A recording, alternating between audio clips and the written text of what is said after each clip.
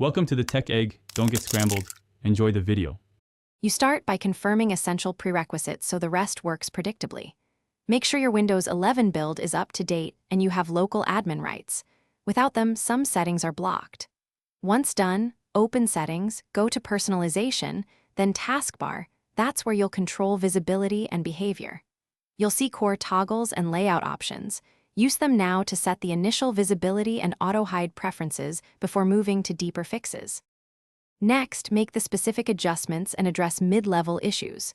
Toggle taskbar behaviors, auto-hide, alignment, and icon overflow to match your workflow.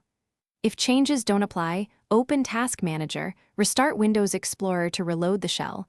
This often resolves stuck icons.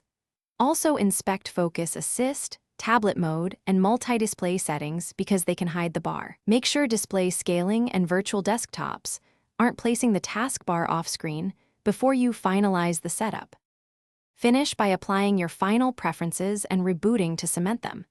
If the taskbar still won't appear, run System File Checker and DISM to repair corrupted system files.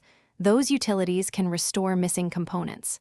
If problems persist, create a clean user profile to determine whether the issue is per account.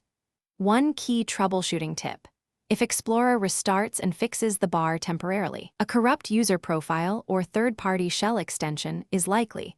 Uninstall recent shell extensions and test again.